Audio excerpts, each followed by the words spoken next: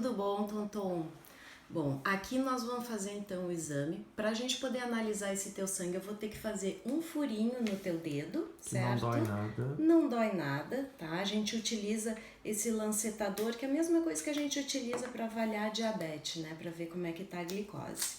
Então eu vou pedir para o paciente vir fazer o exame com 2 horas de jejum alimentar, que é para a gente poder avaliar a função hepática. E aí a gente pega aqui, ó, simplesmente faz uma asepsia aqui do dedo mínimo. Pronto, vamos tirar o excesso do álcool. E aí a gente vai fazer uma punção bem simples. Doeu muito? Não senti nada. Então, aqui a gente formou a gotinha de sangue e agora eu vou aguardar um tempo até o fibrinogênio chegar no topo da gota, porque ele vai ser um marcador pra gente na parte da coagulação sanguínea. A primeira amostra que eu coletei é o sangue coagulado, certo? Que aquele ali eu vou deixar coagulando. E agora que eu vou coletar o teu sangue vivo, tá? Que a gente vai fazer análise então do sangue ainda vivo. E já instantaneamente tu já consegue ter uma sugestão a nível de perfil nutricional, o que pode estar faltando. Exatamente, a gente consegue ter uma ideia de tudo que está acontecendo no organismo de uma forma geral, certo? Aqui temos a imagem ao vivo. Então agora a gente só precisa esperar essas hemácias se acalmarem um pouco, que elas estão com uma movimentação super boa, tá? A primeira coisa que eu vejo, que é uma informação muito importante que esse exame me traz, é que as tuas hemácias nesse momento elas estão se locomovendo como? Todas soltas, elas não estão andando sobrepostas. Quando elas estão assim soltas, isso me mostra o quê? Um ambiente celular favorável.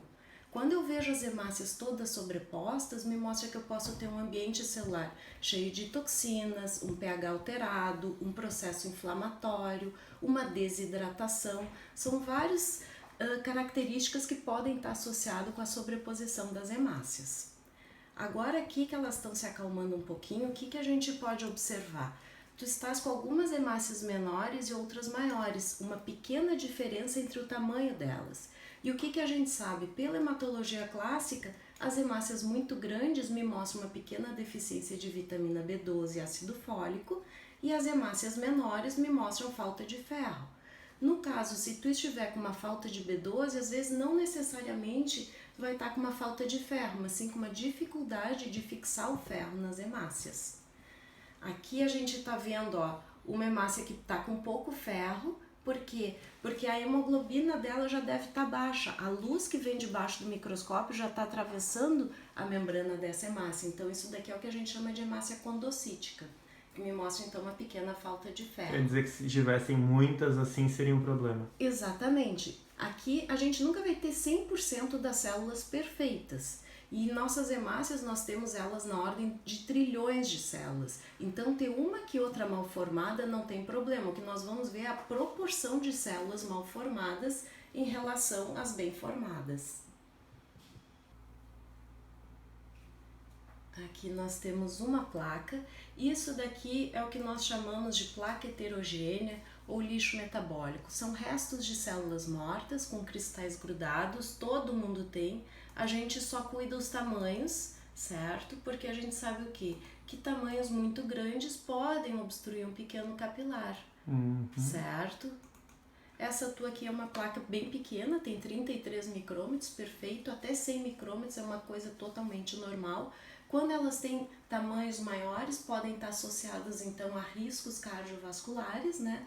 E a gente sabe que essas placas estão associadas também com questões enzimáticas digestivas, né? E tudo isso tu te baseia com uma literatura científica. Exatamente, eu me baseio tanto pela literatura do Bradford Research Institute, da Califórnia, dos Estados Unidos, quanto também pela Biomedex, que foi o outro local que eu fiz o curso também nos Estados Unidos. E essa que deu 33, então, até qual o valor máximo que tu vê no dia a dia que tu acha ideal?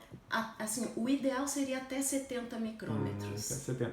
Mas ainda é aceitável até 100. Isso, até 100 sim. Quando é maior do que 100, a gente sabe que pode obstruir um pequeno capilar. Só que acima de 70, então, tu já faria uma notificação, então. Sim, aí normalmente eu vou informar o profissional de saúde que trata esse paciente, porque a gente começa a trabalhar preventivamente. Não precisa esperar estragar para consertar depois. Ótimo.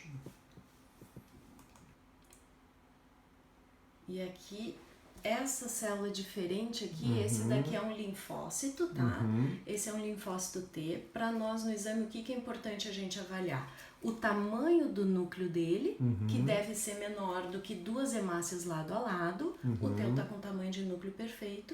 E a proporção núcleo-citoplasma. O núcleo deve ocupar entre 80% e 90% do citoplasma. O teu tá perfeito. Quando a gente vê um citoplasma mais inchado, com presença de grânulos, a gente sabe que esse linfócito está com uma atividade, né? Então está fazendo alguma batalha contra algum inimigo, né? No teu caso, ele está com tamanho de núcleo perfeito e proporção núcleo-citoplasma também. Esse pontinho brilhante aqui é um cristalzinho de ácido úrico, certo? Não significa que o teu ácido úrico está elevado, mas em pacientes que a gente observa uma quantidade muito grande desses cristais, normalmente a gente sabe que o metabolismo ureia e ácido úrico pode estar em desequilíbrio, então é um indício para o profissional que trata esse paciente para verificar tanto pela alimentação, se ele está ingerindo muito dos alimentos que vão gerar o ácido úrico, ou se ele está ingerindo pouca água para diluir e excretar, ou se ele tem alguma dificuldade mesmo de excreção. Então, se tivesse alguns, seria um problema. Exatamente, porque a gente sabe que o ácido úrico, quando está em excesso, ele pode se acumular onde? Ele pode se depositando nos rins, gerando os cálculos renais, e eles também estão associados com questões de artrites, artroses e a gota também, né? Então, questões de articulações. Isso aqui é o sangue que coagulou. Quando eu fiz a primeira gotinha, eu esperei o fibrinogênio, né, chegar no topo da gota, porque ele reage com os radicais livres. E quando ele reage com os radicais livres, ele fica insolúvel, certo? É o que vai gerar então esses esbranquiçados aqui, certo? Porque os radicais livres, eles retiram a extremidade LH terminal do fibrinogênio, faz um se ligar no outro e eles ficam insolúveis. E no teu caso, tu tá com poucos radicais livres. Excelente. Mas o que a gente pode ver aqui é essa dupla membrana. Quando o sangue coagula, ele acaba encolhendo um pouco.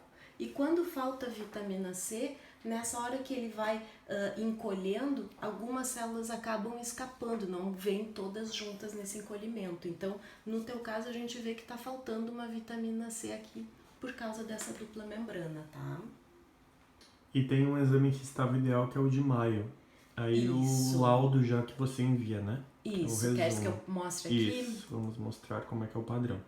Então chega um arquivo PDF para o e-mail do paciente, do profissional que pediu. E aqui a gente pode ver então o teu primeiro exame, Tonton. Olha só, tuas células estavam todas bem soltas. A gente vê o tamanho das hemácias, a gente pode perceber que é um tamanho bem parelho, não tem muita diferença de tamanho entre elas. Olha a borda da tua gota como estava perfeita, certo? E aqui a gente vê placas, mas mesmo assim com tamanhos normais, né? E as células todas soltas. Agora, se a gente quiser comparar com o exame que a gente fez quando tu estavas no auge da crise, né? Aqui então, olha que diferença. Aqui nós vemos as hemácias todas sobrepostas, me mostrando um ambiente bem desagradável para as células, onde se tinha ou um pH muito alterado, excesso de toxinas, processo inflamatório. A gente viu presença de placa lipídica, tá? A falta da vitamina C, que antes estava perfeita, né? Então, e a gente viu também, ó, muitas células de defesas mortas, certo? Que me mostra o quê? Isso é o que a gente chama de metabólitos. Me mostrava então que tu estava realmente com um processo inflamatório, tinham células de defesa ali protegendo e morrendo, né? Então a gente viu um exame bem diferente do que foi o teu primeiro exame, né? Então o primeiro exame sem síndrome do intestino irritável, o segundo com síndrome do intestino irritável e o terceiro já em fase de tratamento. De recuperação, já melhorando bastante, mas a gente vê que ainda tem detalhes para continuar cuidando. E o ideal é quantos meses entre um exame e outro? O ideal é a gente fazer a cada 4 meses, tá? Porque o tempo de vida dessas células sanguíneas é de 120 dias, então para a gente poder observar todas as diferenças, nós precisamos esperar essas células se renovarem.